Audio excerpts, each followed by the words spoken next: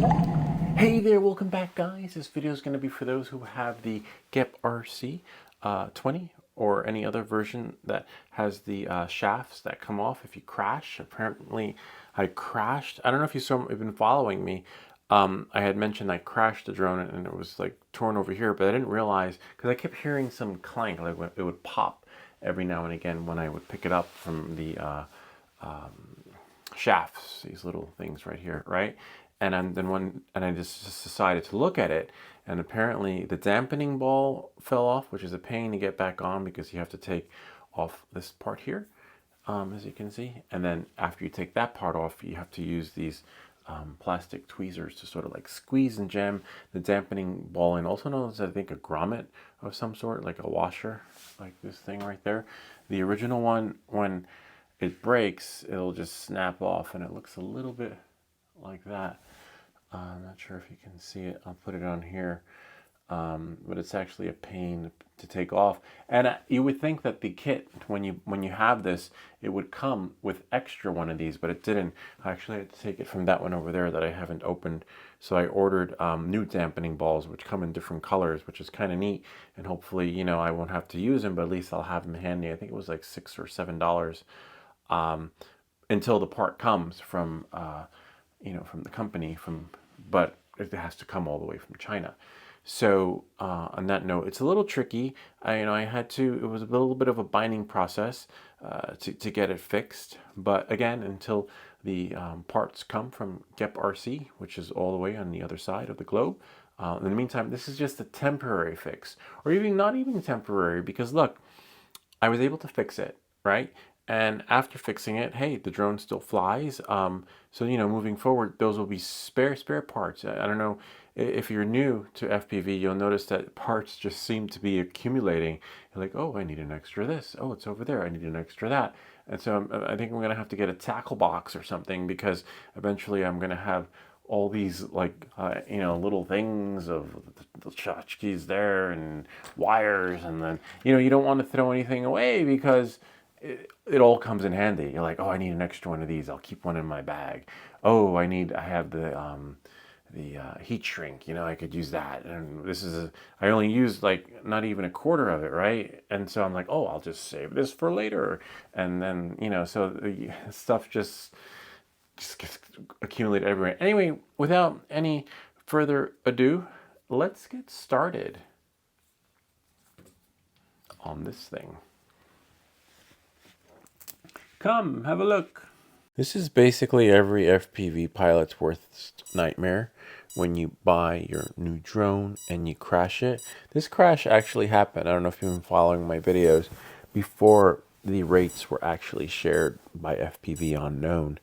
And when the drone had crashed, there was always like some clanking sound. I was like, weird, that's so weird. But I never really, you know, took to it and paid attention to it. But as you can see, I'm trying to super glue it. Once I found it, I was like, oh, I can glue that. That's really easily. Because what do you do before your parts come? Because all their parts come from China or maybe some other place in California or in the Midwest. I'll leave a link to those two places that sell it. But you know, I'm thinking like, let me put some painter's tape underneath in case the glue drips. If it drips, it'll drip on the tape and prevent the motors from, you know, getting some adhesive on them. And that actually worked. But unfortunately, the glue didn't seem to do the job. So I'm like, okay, let me just get some Q-tips. So I got some Q-tips to take off the excess, because I don't know if you've ever super glued anything before. Sometimes the excess leaves a little bit of a corrosion that's white, looks like efflorescence. And I didn't want that happening on here, because I just wanted it to have that new look. And I figured, hey, the new part will come, but if I can bind it, I can bind and fly. This adds a whole new meaning to bind and fly. So I'm trying to hold it and hoping that it binds. But as you can see, it still moves. And the glue isn't as super as I thought it was. I'm like, darn, it's really disappointing. But I just want to get it. I don't want to fly with moving parts. You never want to fly anything that has moving parts. So if I can just get it glued, and there I am trying to rub it again, hoping that, you know, it'll just spread and then take off that excess so it doesn't leave that white corrosion that usually happens. See, it's still there. It's not working.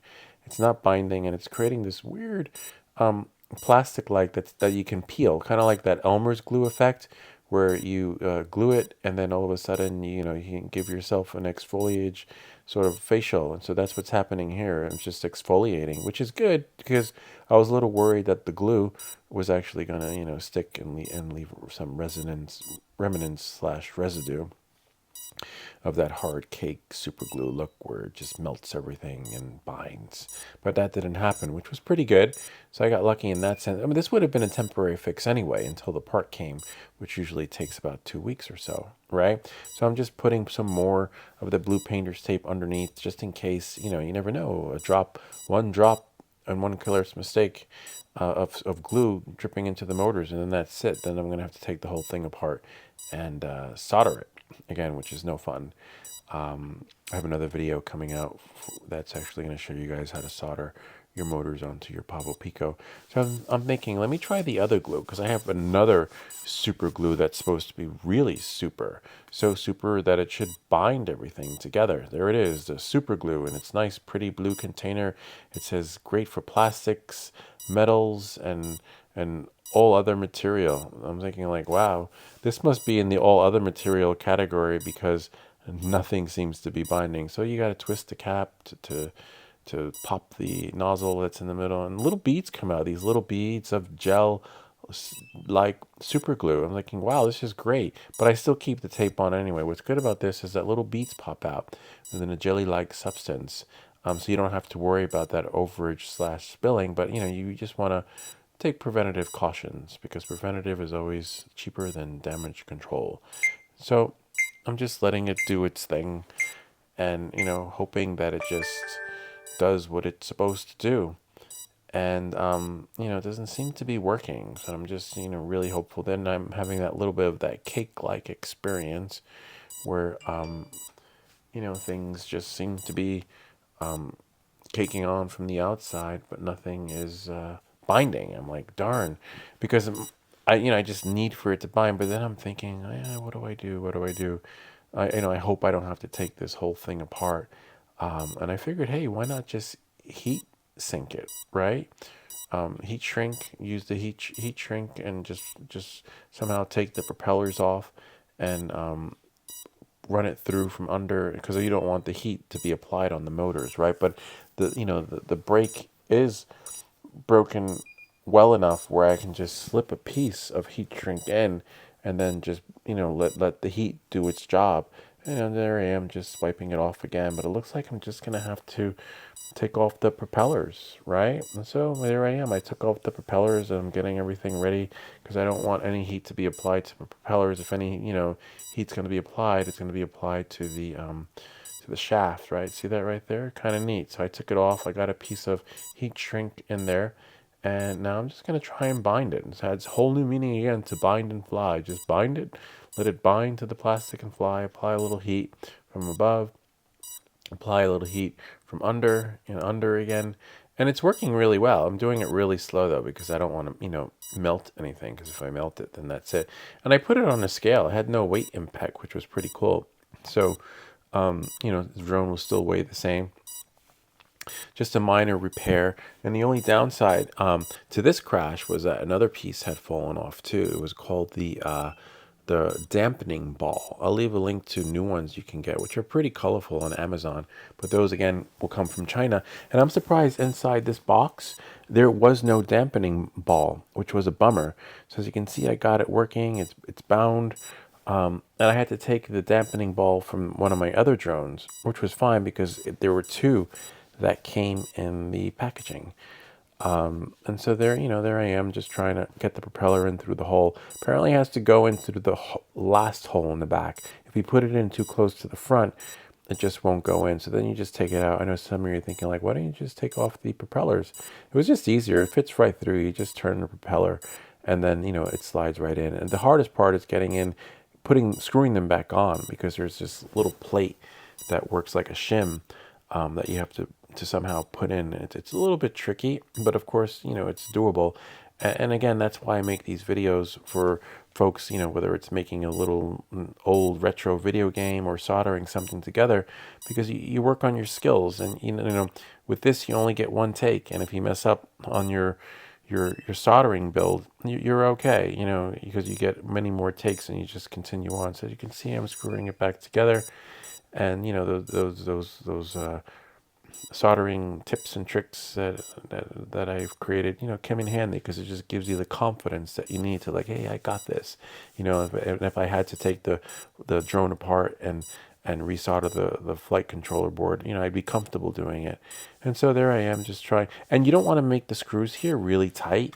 What you do is you just turn it until it until it locks, and once it locks, that's it. There's no pressure or anything that's applied. As you can see, it doesn't move. It's perfect.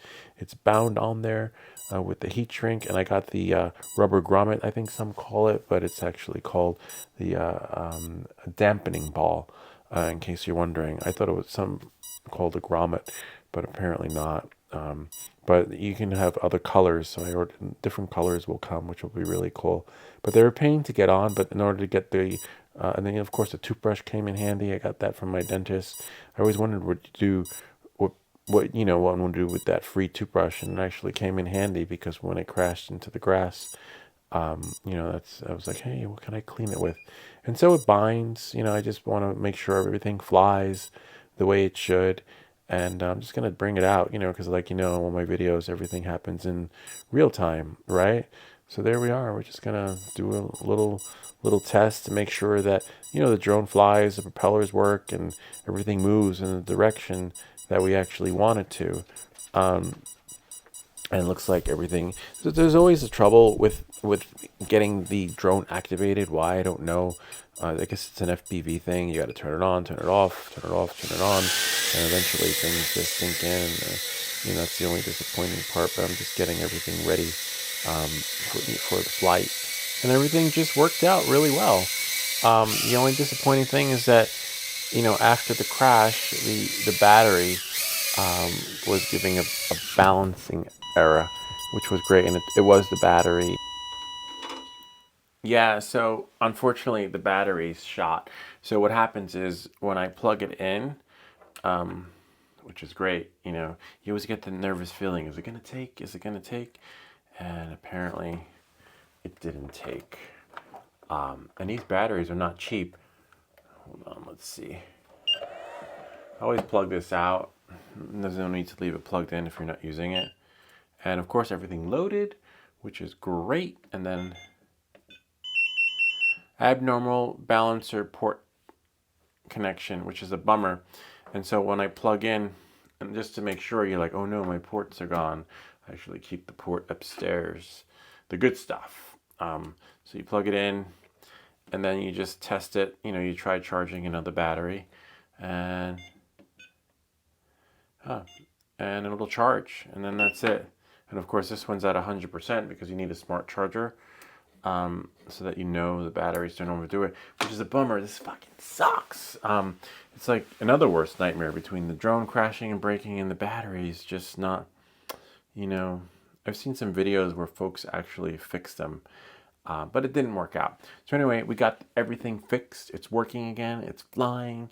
You know, just got to be a little more cautious. Again, this crash happened before the rates were given. Now, when I crash, pretty much I hit the panic button and I just do that and let it land. Or sometimes, like you saw in the video, you know, it did roll, but I was still in control. In the beginning, you don't have any control until you actually have those magic numbers, which is in the other video.